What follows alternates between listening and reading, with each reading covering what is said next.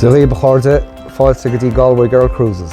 Smise Patrick Connolly agus siúd an muidir Cramig, slíonn cólacht Galway Girl Cruises. Rihimuid toras amachas dogan íon ngáilh agus téimiid chun fáraigin sin feadh uair go le thoras himpeall an chún gún na gáilh.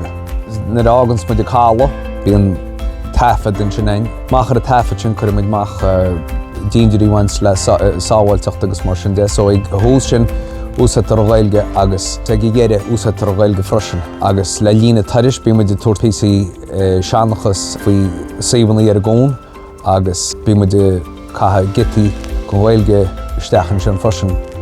Mae go crú lá ghailge tain is an ghailteachta gon chriúlug is ceoltarí an chriúlug. Mar chuide gon taras bí muid casa ceol agus freisin bí muid casa óra an fonadaireachta chuí bheanna gailge freisin chomáil leis méarla. Stáí mae go gailgeirí muid agus le gailge tógiú muid tá muid gar a média tá muid nána úsáid fiúan measc dám nach bhfuil an gailge acab.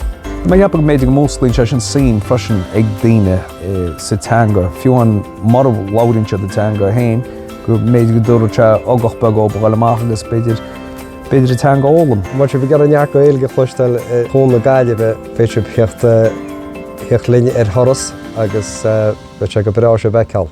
Agus se ba chluistal. Agus se ba chluistal. Bí lín.